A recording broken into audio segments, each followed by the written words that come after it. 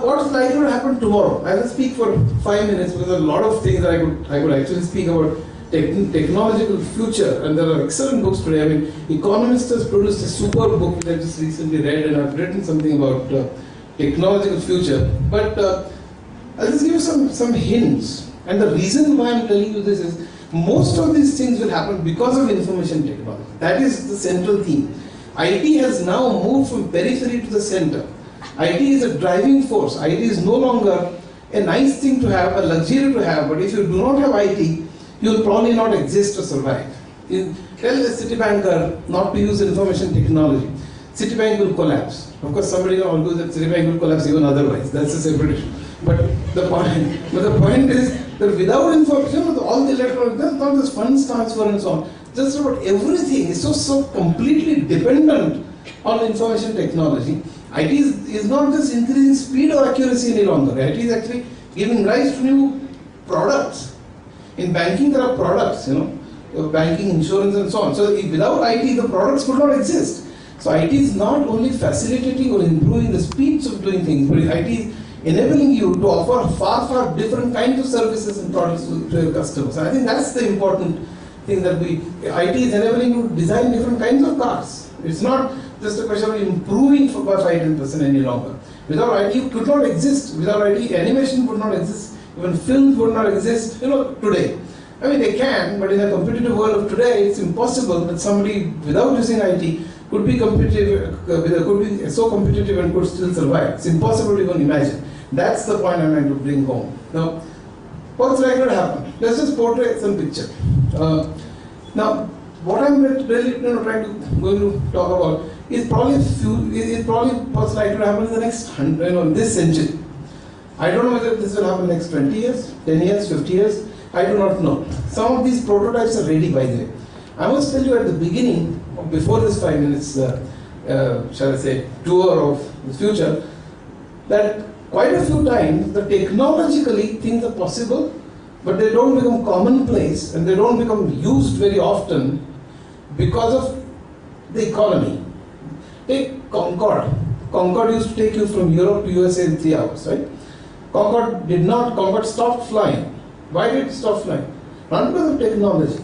Concorde has a great technology and can take you from Europe to America in 3 hours. I myself negotiated a contract with a company in Detroit who wanted to bring a plane from New York to Mumbai in 90 minutes in 2015 or 18 or whatever. So they wanted to have software which we managed several things and so on. Now that is possible. In tomorrow's world, it would be definitely possible to fly from New York to Mumbai in 90 minutes. That's not impossible at all. But for the technology that will be required to support will be affordable by many to fly continuously and to maintain that airlines, I do not know. Whether it will take 20 years, 50 years, 80 years. So technologically something could be possible even now, but whether that will become commonplace and will be used very commonly in 20 years or 80, I do not know. But these things will almost definitely happen during this century. So that's the kind of perspective I want to bring before I speak. Whether something could just be taken as science fiction that Mr. Godbole is talking to his hat. But all these have corroborated evidence without which I won't be speaking. Why can't we have a flying car, for instance? Now somebody can say, a plane requires us, to take a start, right? And like an aerodrome. Now, if in Villeparle or anywhere, if you start, each car begins to take a start, it will be a very difficult, very different kind of sight. But then if helicopter can fly without any start, why can't cars? Now I have 6 books on flying cars. There are a huge number of designs that are being debated. By the way, all this is going to be possible with information technology, please understand. To give you some perspective, in the latest creation of an artificial cell, I'm sure you know this, in the US, there was an artificial life that was created, okay? That was through computer simulation. In 2003, Human Genome Project was supposed to be completed, which is going to sequence and all the genes, which are 100,000 in our body, 40,000 being the main genes, and we have, the whole project of sequencing the gene was completed by year 2000, not 2003. 3 years earlier than what was contemplated and thought. I was in the US then, Clinton came on the television and actually announced very proudly that we have finished human genome project successfully. And all that was possible because of computer simulation. Today, nanotechnology, for instance, we talk about becoming invisible. Nanotechnology will allow you to become invisible. Now, I don't want to go into the technology of technical aspect of why it is possible, but just to give you some flair of, if you put a stick in water, you see the stick as bent. Why do you do that? Because when you see an object, it's because the light falls on the eye with the object, and the light is, then falls onto your eyes, right? Now when the stick bends, because of the refractive index, I'm sure you know this. Okay. Now if the refractive index is less, then it will start bending more.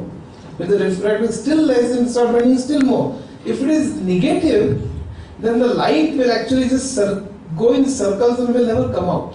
That is the beauty. And that is going to be possible with nanotechnology.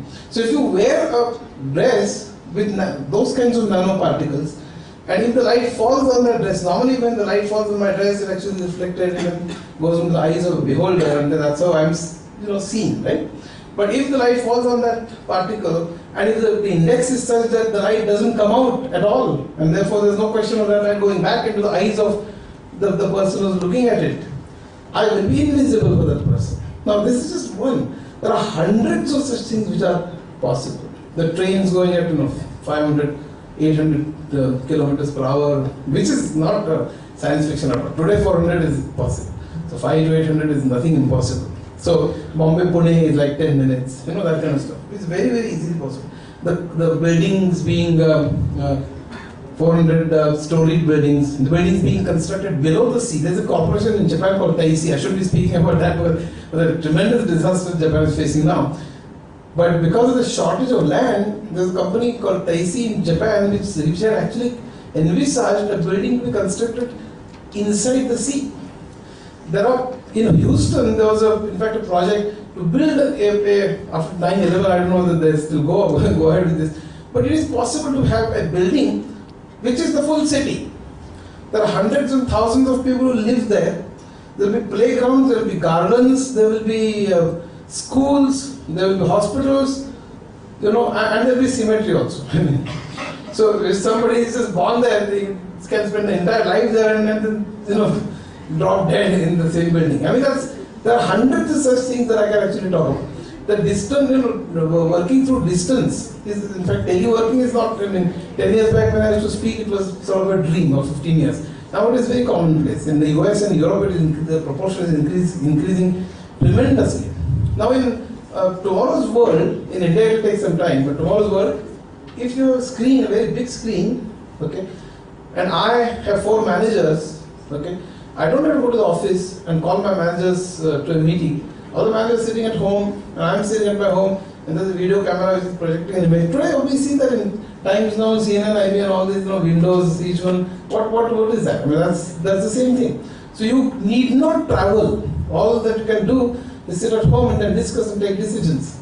Similar thing would happen in colleges, schools, and therefore many of the offices by in tomorrow's world are likely to become museums.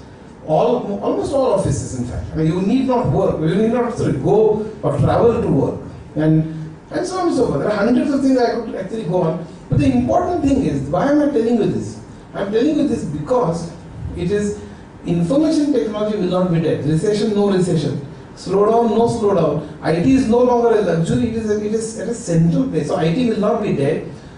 IT will be a necessary ingredient and component of everything that we do, leisure, entertainment, or actual work, and therefore IT will continue to dominate our lives. So all the people, all of you who are actually trying to make a career, maybe you'll go through some ups and downs, but if you take like 30, 40 years span, I don't think there's a need to worry, because there will be hundreds of things that will happen with information technology. But what is likely to happen? Let's tell you.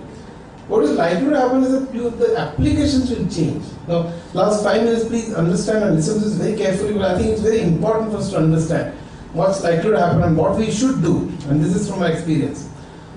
What is likely to happen is the applications will change. How long can you just implement Oracle and SAP and accounting and